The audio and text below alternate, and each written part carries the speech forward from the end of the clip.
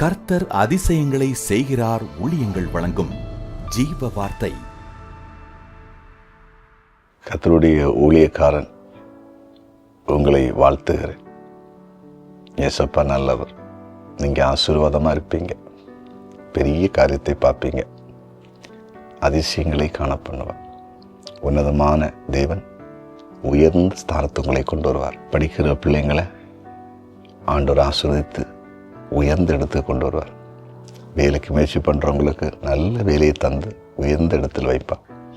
திருமணத்துக்கு முயற்சி பண்ணி கொண்டிருக்கிற பிள்ளைகளுக்கு நல்ல குடும்ப வாழ்க்கையை தந்து உயர்ந்த இடத்தில் வைப்பார்.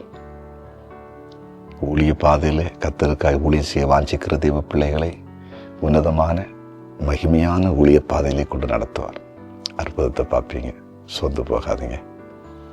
இன்றைக்கு ஜீவார்த்தைக்கான வசனம் சங்கீதம் 21:7. ராஜா கர்த்தர் மேல் நம்பிக்கையாக இருக்கிறார். உன்னதமானவருடைய தயவனால் அசைக்கப்படாதிருப்பார்.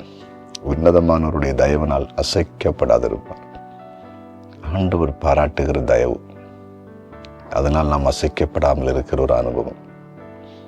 இந்த பூமியில் நம்ம வாழும் பொழுது நமக்கு தயவும் இரக்கமும் அதிகமாய் தேவைப்படுகிறது. நம்ம சில நேரத்தில் தெரியாமல் தான் சொல்கிறோம், எனக்கு யாரும் வேண்டாம், நானே எல்லாம் பார்த்துக்கொள்வேன். அப்படி சொல்லிக்கிடவே முடியாது. இந்த பூமியில் நம்ம ஒரு உயர்ந்த நிலைக்கு வரணும், அநேகருக்கு ஆசீர்வாதமாக இருக்கணும், பெரிய காரியத்தை சாதிக்கணும், ஒரு பெரிய கட்டமைப்பை உருவாக்கணும்னா தயவு ரொம்ப ரொம்ப முக்கியம். நிச்சயமாக முக்கியம். நம்ம ஒரு உலகத்துக்குள்ளே இருக்கிறோம், ஒரு கட்டமைக்கப்பட்ட உலகத்துக்குள்ளே இருக்கிறோம். நிறைய பெரிய பெரிய படித்தவர்கள், அதிகாரம் நிறைந்தவர்கள் இருக்கிற தேசத்தில் இருக்கிறோம். அதில் நமக்கு அன்று வைக்கப்பட்ட தரிசனங்களை, நமக்கு வைக்கப்பட்டிருக்கிற நோக்கங்களை நிறைவேற்றுவதற்கு எல்லா பகுதியிலிருந்தும் நமக்கு தயவு ரொம்ப ரொம்ப முக்கியமானது. அது ஆண்டவர் தான் உருவாக்கணும். உங்கள் வாழ்க்கையில் கொஞ்சம் சிந்திச்சு பாருங்கள். தயவு இல்லாமல் நிற்கிறீங்களா? ஒரு வேலைக்கு முயற்சி பண்ணால் அங்கே தயவு இல்லை. உள்ளே போய் வேலையில் போய் சேர்ந்தா அங்கே தயவே இல்லை, எல்லாம் ஆப்போசிட்டாக இருக்குது. ஒரு பிஸ்னஸுக்கு எல்லாம் முயற்சி பண்ணால் அங்கே தயவே இல்லை, எல்லாம் எதிராக இருக்குது. பிஸ்னஸ் ஸ்டார்ட் பண்ணிட்டோம், தயவே கிடைக்கல. எப்படி வளரும்? ஊழியத்தை செய்கிறோம், தயவில்லை.